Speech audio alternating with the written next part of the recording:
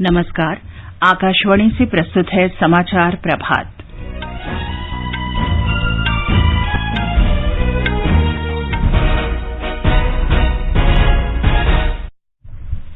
प्रधानमंत्री नरेंद्र मोदी आज सवेरे 11 बजे आकाशवाणी से मन की बात कार्यक्रम में अपने विचार साझा करेंगे। देश में संक्रमण की आशंका वाले आयु समूहों के लिए राष्ट्रव्यापी कोविड टीकाकरण अभियान कल से इस चरण में निजी क्षेत्र की भागीदारी बढ़ाई गई। सरकारी अस्पतालों में टीकाकरण निःशुल्क होगा। कोविड टीकाकरण केंद्र के रूप में कार्यरत निजी अस्पतालों में एक टीके का मूल्य 250 रुपये तय किया गया। पिछले एक वर्ष में हृदय रोग के कारण अस्पताल में भर्ती, हृदय प्रत्यारोपण और किडनी की बीमारी सहित 20 गंभीर रोगों से ग्रस्त लोगों को टीकाकरण में प्राथमिकता। कैबिनेट सचिव ने राज्यों और केंद्र शासित प्रदेशों से कोविड मानकों में ढील न देने, कोविड दिशा निर्देशों की सख्ती से पालन करने तथा नियमों का उल्लंघन करने वालों के खिलाफ कड़ी कार्रवाई करने को कहा। केंद्रीय शिक्षा मंत्री रमेश पोखरियाल निशंक ने शिक्षा क्षेत्र में सुधारों की आवश्यकता पर बल दिया। आज राष्ट्रीय विज्ञान दिवस है। भारतीय अंतरिक्ष अनुसंधान संगठन आज ब्राजील के अमेजोनिया वन सहित 19 उपग्रहों का प्रक्षेपण करेगा। खादी और ग्रामोद्योग आयोग के ई मार्केट पोर्टल पर 8 महीनों में 1 करोड़ रुपए से अधिक का व्यापार हुआ और बल्गारिया में स्ट्रेंजा मेमोरियल बॉक्सिंग टूर्नामेंट में भारत के दीपक कुमार ने 52 किलोग्राम भार वर्ग में रजत पदक जीता। समाचार प्रभात में निखिल कुमार के साथ मैं चंद्रिका जोशी। कोविड महामारी से देश एक साथ लड़ रहा है। आप भी हमारे साथ सुरक्षा और बचाव के 3 आसान उपायों का संकल्प लें। मास्क पहनें, 2 गज की सुरक्षित दूरी बनाए रखें, हाथ और मुंह साफ रखें। और अब समाचार। प्रधानमंत्री नरेंद्र मोदी आज सवेरे 11 बजे आकाशवाणी से मन की बात कार्यक्रम में अपने विचार साझा करेंगे। आकाशवाणी और दूरदर्शन के समूचे नेटवर्क पर इसका प्रसारण होगा। ये आकाशवाणी समाचार की वेबसाइट www.newsonair.com और news on AIR mobile app पर भी उपलब्ध रहेगा। मन की बात कार्यक्रम आकाशवाणी, दूरदर्शन समाचार, प्रधानमंत्री कार्यालय तथा सूचना और प्रसारण मंत्रालय के YouTube चैनलों पर भी सीधा प्रसारित होगा। आकाशवाणी से हिंदी में प्रसारण के तुरंत बाद प्रादेशिक भाषाओं में भी इसे प्रसारित किया जाएगा। प्रादेशिक भाषाओं में इसे रात 8 बजे दोबारा सुना जा सकेगा। केंद्रीय स्वास्थ्य मंत्रालय ने कहा है कि कल से शुरू हो रहे कोविड टीकाकरण कार्यक्रम में 60 वर्ष से अधिक उम्र के लोगों और अन्य रोगों से ग्रस्त 45 वर्ष से अधिक उम्र के लोगों को टीकाकरण केंद्र पर भी पंजीकरण सुविधा उपलब्ध होगी। निजी अस्पताल टीकाकरण अभियान के दौरान वैक्सीन के लिए प्रति टीका 250 रुपये ले सकेंगे। 10,000 सरकारी अस्पतालों में ये टीका निःशुल्क लगाया जाएगा, जबकि लगभग 20,000 निजी टीकाकरण केंद्रों पर वैक्सीन का शुल्क लोगों को स्वयं वहन करना होगा। स्वास्थ्य मंत्रालय ने कहा है कि राज्य सरकारें स्वास्थ्य बीमा योजना के अंतर्गत सूचीबद्ध सभी निजी अस्पतालों का कोरोना टीकाकरण केंद्र के रूप में उपयोग कर सकेंगे। नीति आयोग के सदस्य डॉ वी.के. पॉल ने बताया कि राज्य सरकारें सार्वजनिक क्षेत्र के अपने सभी उपक्रमों के स्वास्थ्य केंद्रों और अपने सरकारी स्वास्थ्य केंद्रों का उपयोग भी टीकाकरण के लिए कर सकेंगी। Preparations for this task have already been shaped up very well, and these involve several facets. For instance, our IT backbone, the CoWIN system, has now been upgraded to CoWIN 2.0 with ability to self-register on the part of the citizen, to be able to walk into the facilities for vaccination and to be available through the health system as a group to make use of the services. केंद्रीय स्वास्थ्य सचिव राजेश भूषण ने कल video conference के माध्यम से राज्यों के स्वास्थ्य सचिवों और राष्ट्रीय स्वास्थ्य मिशन के निदेशकों से निश्चित आयु समूह के लोगों को वैक्सीन दिए जाने के संबंध में चर्चा की। What we have suggested to the state is that all government health facilities can be used as COVID vaccination centers. They could be medical college hospitals, district hospitals, sub-divisional hospitals, CHCs, PHCs, health sub-centers and health and wellness centers. बैठक के दौरान राज्यों को पंजीकरण के 3 तरीकों के बारे में जानकारी दी गई।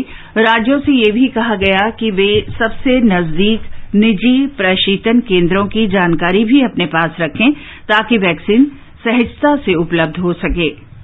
कोविड टीकाकरण अभियान को और प्रभावी बनाने के उद्देश्य से बड़ी संख्या में निजी स्वास्थ्य सेवाओं का उपयोग किया जा रहा है। आयुष्मान भारत प्रधानमंत्री जन आरोग्य योजना में शामिल लगभग 10,000 निजी अस्पताल, केंद्र सरकार स्वास्थ्य योजना के तहत शामिल 600 से ज्यादा अस्पताल और राज्य सरकार स्वास्थ्य बीमा योजना के तहत शामिल निजी अस्पताल कोविड टीकाकरण केंद्र के रूप में भाग ले सकते हैं। राज्य सरकारों के स्वास्थ्य विभाग द्वारा इस संबंध में ऐसे निजी अस्पतालों के साथ पहले से ही बातचीत जारी है ताकि वे इस टीकाकरण अभियान में शामिल हो सकें। इसके अलावा सरकारी स्वास्थ्य सेवाएं भी होंगी जिनमें मेडिकल कॉलेज अस्पताल, जिला अस्पताल, अनुमंडल अस्पताल और हेल्थ और वेलनेस केंद्र शामिल हैं। स्वास्थ्य मंत्रालय ने कोविड टीकाकरण केंद्र के रूप में काम करने वाले निजी स्वास्थ्य सेवाओं को हर तरह के नियमों का पालन करने का निर्देश दिया है। दिवाकर के साथ आनंद कुमार, आकाशवाणी समाचार, दिल्ली। सरकार ने उन 20 लक्षणों की सूची भी जारी की है जिनसे ग्रस्त 45 से 59 वर्ष के लोगों को कोरोना वैक्सीन में प्राथमिकता दी जाएगी। इनमें पिछले 1 वर्ष में हृदय रोग के कारण अस्पताल में भर्ती होना, हृदय प्रत्यारोपण, गुर्दा और लीवर प्रत्यारोपण, ल्यूकीमिया, लिम्फोमा, एड्स, मधुमेह और हाइपरटेंशन तथा श्वास संबंधी रोग के कारण पिछले 2 वर्षों में अस्पताल में भर्ती होने के मामले शामिल हैं। देशव्यापी कोरोना टीकाकरण अभियान 16 जनवरी से शुरू किया गया था। कल से शुरू हो रहे दौर में 60 वर्ष से ऊपर के सभी नागरिकों और 45 वर्ष से ऊपर के ऐसे लोगों को वैक्सीन दी जानी है जो कुछ अन्य रोगों से भी ग्रस्त हैं। देश के कई हिस्सों में कोविड संक्रमण में तेजी के बीच कैबिनेट सचिव राजीव गौबा ने सभी राज्यों और केंद्र शासित प्रदेशों से कोविड मानकों में ढील नहीं देने और उल्लंघन करने वालों से सख्ती से निपटने को कहा है। एक रिपोर्ट।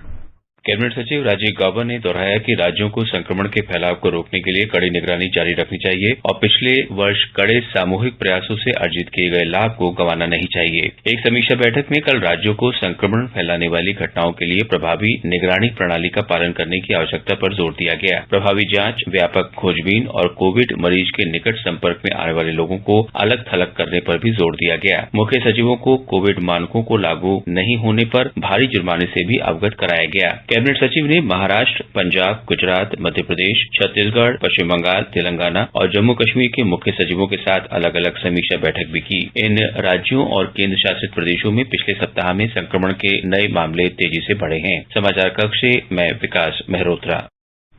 सरकार ने कहा है कि केरल, महाराष्ट्र, पंजाब, कर्नाटक, तमिलनाडु और गुजरात में कोविड मरीजों की संख्या में तेजी से वृद्धि हुई है। स्वास्थ्य मंत्रालय ने कहा कि महाराष्ट्र में एक दिन में सर्वाधिक 8,333 नए रोगियों का पता चला। केरल में 3,671 और पंजाब में 622 नए मरीज सामने आए। मंत्रालय ने कहा कि 6 राज्यों और केंद्र शासित प्रदेश में 82.3% नए रोगियों की मौत हुई। महाराष्ट्र में सबसे ज्यादा 48 व्यक्तियों की मौत हुई। पिछले 24 घंटे में पंजाब में 15 और केरल में 14 लोगों की मृत्यु हुई है। देश में अब तक 1.5 करोड़ से ज्यादा लोगों को कोविड का टीका लग चुका है। अभी तक 77% स्वास्थ्य देखभाल कार्यकर्ताओं को पहली खुराक और 70% को दूसरी खुराक दी जा चुकी है। इस बीच बीते एक दिन में 12,000 से अधिक लोगों के ठीक होने के साथ ही देश में कोविड से स्वस्थ होने की दर 97.14% हो गई है। मंत्रालय ने कहा कि 1 करोड़ 7 लाख से अधिक रोगी इस बीमारी से पहले ही स्वस्थ हो चुके हैं। फिलहाल 1,59,590 रोगियों का उपचार हो रहा है, जो कुल संक्रमित व्यक्तियों का 1.44% है। पिछले 24 घंटे में 16,488 नए मरीजों की पुष्टि हुई। इन्हें मिलाकर अब तक 1 करोड़ 10 लाख से अधिक लोग संक्रमित हो चुके हैं। बीते एक दिन में 113 व्यक्तियों की मृत्यु के साथ ही देशभर में मृतकों का आंकड़ा 1,56,000 को पार कर गया है। भारतीय आयुर्विज्ञान अनुसंधान परिषद ने बताया कि पिछले 24 घंटे में 7,73,000 कोविड जांच की गई।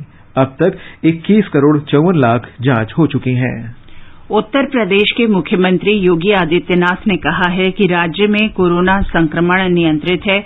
इसके बावजूद इसकी रोकथाम और उपचार के लिए प्रभावी प्रणाली बनाए रखने की आवश्यकता है। उन्होंने कहा कि इस संबंध में थोड़ी सी लापरवाही से बड़ी हानि हो सकती है।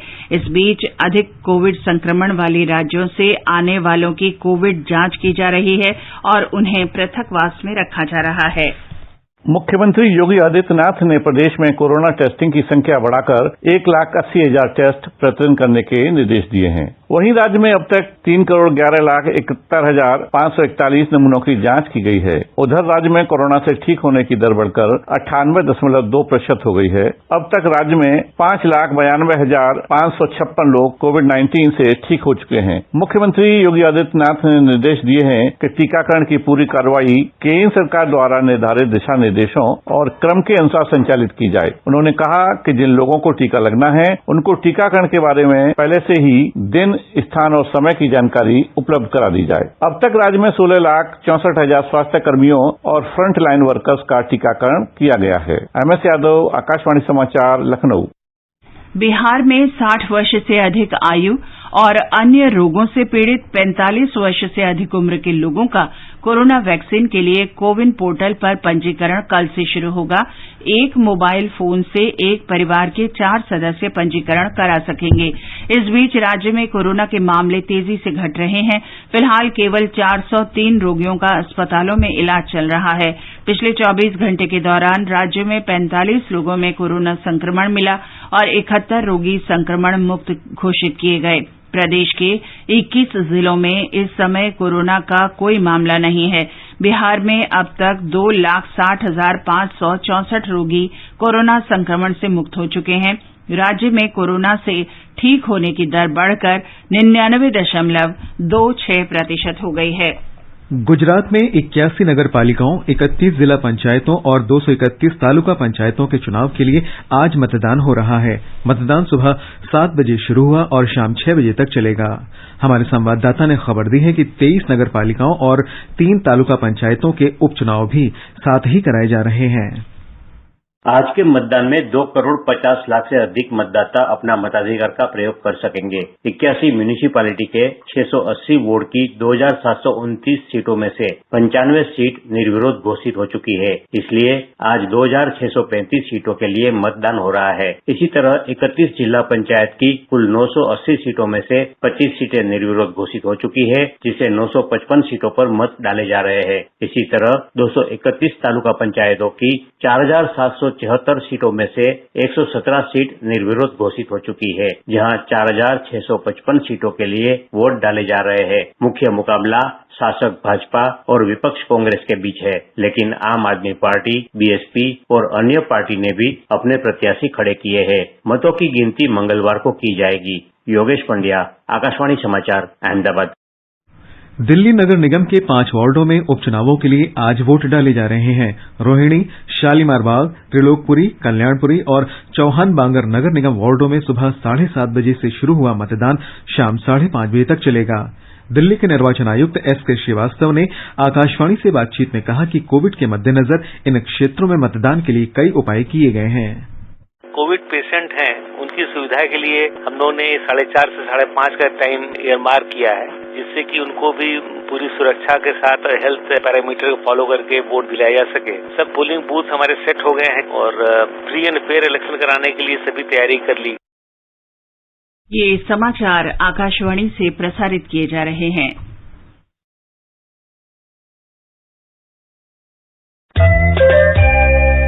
ये विशाल है ना, इसका सब प्रॉपर चलता है। कल उसके बैंक अकाउंट में 15,000 रुपए का फ्रॉड हुआ है, पता है? इसको तो कोई टेंशन ही नहीं होती है। देखना।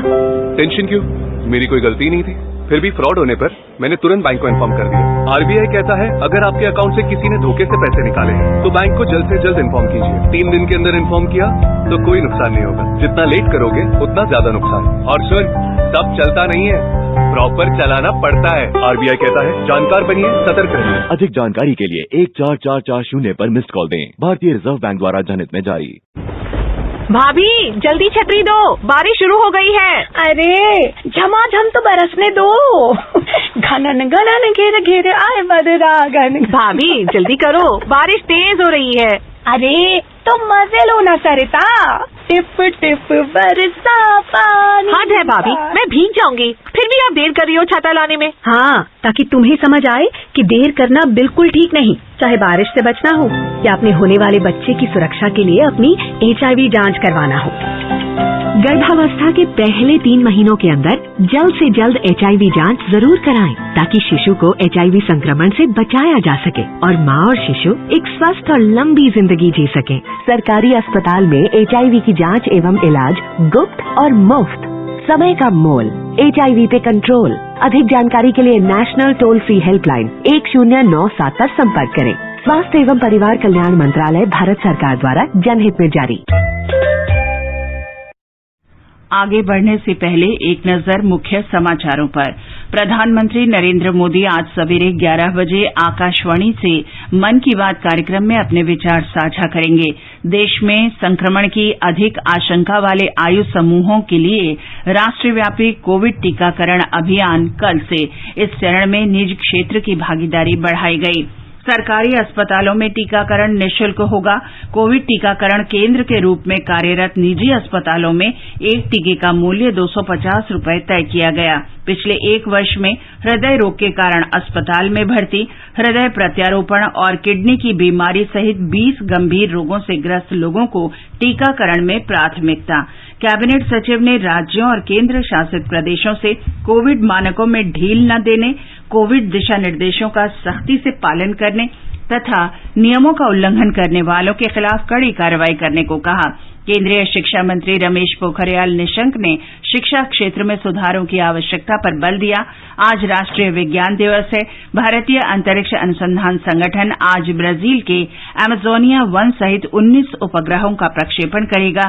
खादी और ग्रामोद्योग आयोग के ई-मार्केट पोर्टल पर 8 महीनों में 1 करोड़ रुपए से अधिक का व्यापार हुआ और बल्गारिया में स्ट्रेंजा मेमोरियल बॉक्सिंग टूर्नामेंट में भारत के दीपक कुमार ने 52 किलोग्राम भार वर्ग में रजत पदक जीता। चलो मिलकर एक शुरुआत करें, चलो एक फैसला आज करें, मास्क नहीं तो टोकेंगे, कोरोना को रोकेंगे, चलो एक इरादा करते हैं, चलो कुछ वादा करते हैं, मास्क नहीं तो टोकेंगे, कोरोना को रोकेंगे। केंद्रीय शिक्षा मंत्री रमेश पोखरियाल निशंक ने शिक्षा क्षेत्र में सुधारों पर बल दिया है। उन्होंने कहा कि दिल्ली विश्वविद्यालय राष्ट्रीय शिक्षा नीति पर उत्कृष्टता केंद्र के माध्यम से राष्ट्र निर्माण में और अधिक योगदान कर सकता है। शिक्षा मंत्री ने कहा कि ये प्रयास न केवल भारतीय शिक्षा प्रणाली को मजबूती देंगे, बल्कि देश को वैश्विक ज्ञान महाशक्ति बनाने में भी अपना योगदान करेंगे। श्री निशंक कल दिल्ली विश्वविद्यालय के 97वें वार्षिक दीक्षांत समारोह को संबोधित कर रहे थे। शिक्षा मंत्री ने कहा कि विश्वविद्यालयों का कर्तव्य अन्य शिक्षण संस्थानों को संरक्षण, संवर्धन, सहयोग और मार्गदर्शन देना है। उन्होंने विद्या विस्तार योजना के तहत दूरदराज के क्षेत्र में स्थित संस्थानों को बढ़ावा देने के दिल्ली विश्वविद्यालय के प्रयासों का उल्लेख किया और कोरोना महामारी की अवधि के दौरान अपने विद्यार्थियों का समग्र विकास सुनिश्चित रखने के लिए विश्वविद्यालय की सराहना की। विश्वविद्यालय के इतिहास में पहली बार 1,78,000 से अधिक डिजिटल डिग्रियां ऑनलाइन दी गईं। भारत का PSLV C-51 प्रक्षेपण यान श्रीहरिकोटा के सतीश धवन अंतरिक्ष केंद्र से आज सवेरे 10:25 पर प्रक्षेपित किया जाएगा।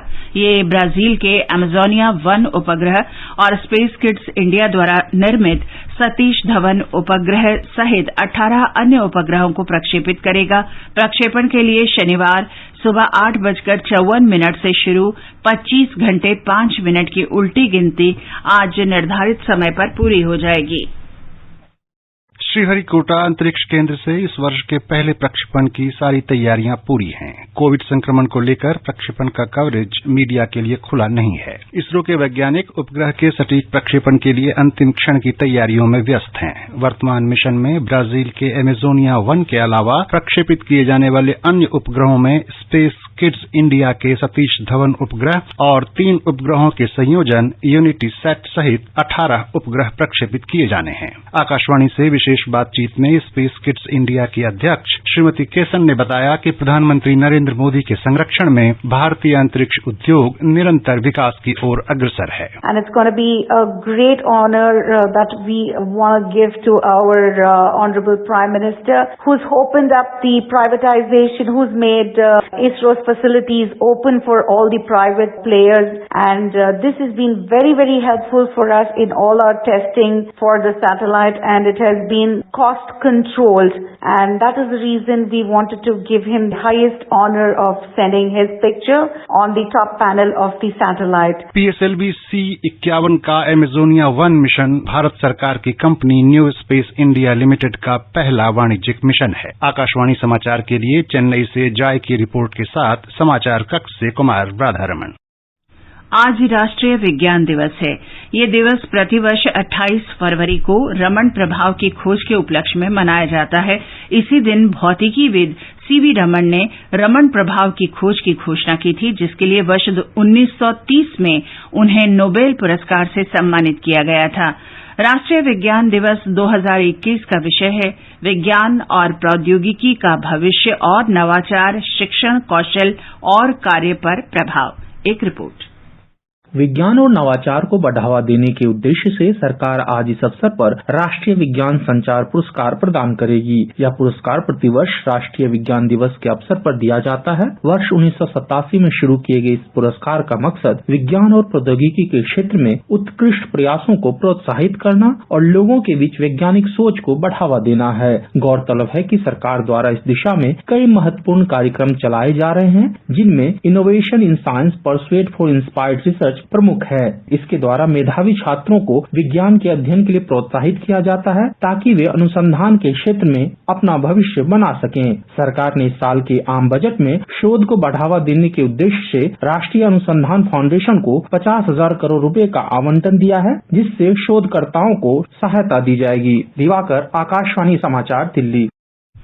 स्वास्थ्य मंत्री डॉक्टर हर्षवर्धन आज दोपहर बाद इम्फाल में आयोजित होने वाले राष्ट्रीय विज्ञान दिवस समारोह में हिस्सा लेने के लिए मणिपुर पहुंच गए। बल्गारिया के सोफिया में 72वें स्टेंजा मेमोरियल मुक्केबाजी टूर्नामेंट में भारत के मुक्केबाज दीपक कुमार ने रजत पदक जीत लिया है। कल 52 किलोग्राम भार वर्ग के फाइनल में दीपक को बल्गारिया के डैनियल असनोव से हार का सामना करना पड़ा। एक रिपोर्ट। एशियाई रजत पदक विजेता दीपक स्थानीय मुक्केबाज और यूरोपीय चैंपियनशिप के 2 बार के स्वर्ण पदक विजेता डैनियल असिनोव से करीबी मुकाबले में खंडित फैसले से हार गए। दीपक ने शुक्रवार को सेमीफाइनल में ओलंपिक और विश्व चैंपियन शखोबेदिन जोयरोव को हराकर उलटफेर किया था। फाइनल के पहले दौर में बुल्गारिया का मुक्केबाज दीपक पर भारी दिखाई दिया, जिसने अपना बचाव करने के साथ साथ जवाबी हमले भी किए। असिनोव के हाई गार्ड के कारण दीपक सही पंच लगाने में जूझते नजर आए। दीपक ने दूसरे दौर में शानदार वापसी की और रक्षात्मक खेल दिखाया, लेकिन निर्णायकों ने असिनोव के पक्ष में फैसला दिया। आखिरी 3 मिनट के खेल में दीपक पूरी तरह हावी रहे। इससे पहले 69 किलोग्राम भार वर्ग में नवीन बुरा को एशियाई खेलों के स्वर्ण पदक विजेता उज्बेकिस्तान के बाबो उस्मोन बातुरोव के से सेमीफाइनल में हार के बाद कांस्य पदक से संतोष करना पड़ा था। टूर्नामेंट में भारत का सफर 2 पदक के साथ समाप्त हो गया है, जो पिछले टूर्नामेंट से 1 पदक कम है। मुकेश कुमार, आकाशवाणी समाचार, दिल्ली। खादी और ग्रामीण उद्योग के ई मार्केट पोर्टल पर इसके शुरू होने के मात्र 8 महीने के भीतर 1 करोड़ 10 लाख रुपए का कारोबार दर्ज किया गया है। सूक्ष्म, लघु और मध्यम उद्यम मंत्री नितिन गडकरी ने ई कॉमर्स के इस पोर्टल की सराहना की है। उन्होंने कहा कि इस पोर्टल ने खादी और ग्रामोद्योग के विभिन्न उत्पादों को बड़ी आबादी को उपलब्ध करा दिया है। श्री गडकरी ने कहा कि ई पोर्टल का कारोबार 200 करोड़ रुपए प्रतिवर्ष तक किए जाने के प्रयास किए जाने चाहिए। सूक्ष्म, लघु और उद्योग मंत्रालय ने कहा कि खादी उत्पादों की ऑनलाइन बिक्री कोविड-19 लॉकडाउन के दौरान मास्क से शुरू की गई थी। फिलहाल ये पोर्टल पूरी तरह से सक्रिय है और इस पर लगभग 800 उत्पाद उपलब्ध हैं। संयुक्त राष्ट्र मानवाधिकार प्रमुख मिशेल बैकलेट ने कहा है कि चीन राष्ट्रीय सुरक्षा और कोरोना संबंधी उपायों के नाम पर बुनियादी नागरिक और राजनीतिक स्वतंत्रता को प्रतिबंधित कर रहा है। सुश्री बैकलेट ने कहा कि चीन के शिनजियांग क्षेत्र में मनमाने तरीके से हिरासत में लेने, दुर्व्यवहार, यौन हिंसा और जबरन मजदूरी कराने की खबरें हैं। ये समाचार हमारी वेबसाइट newsonair.com/hindi पर भी उपलब्ध हैं।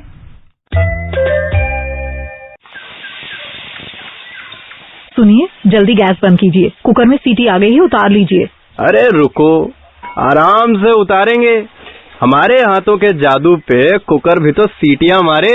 जल्दी उतारोगे तभी दाल बनेगी, वरना हलवा बन जाएगा। यही बात HIV पॉजिटिव माँ के बच्चे की HIV से सुरक्षा के लिए भी लागू है।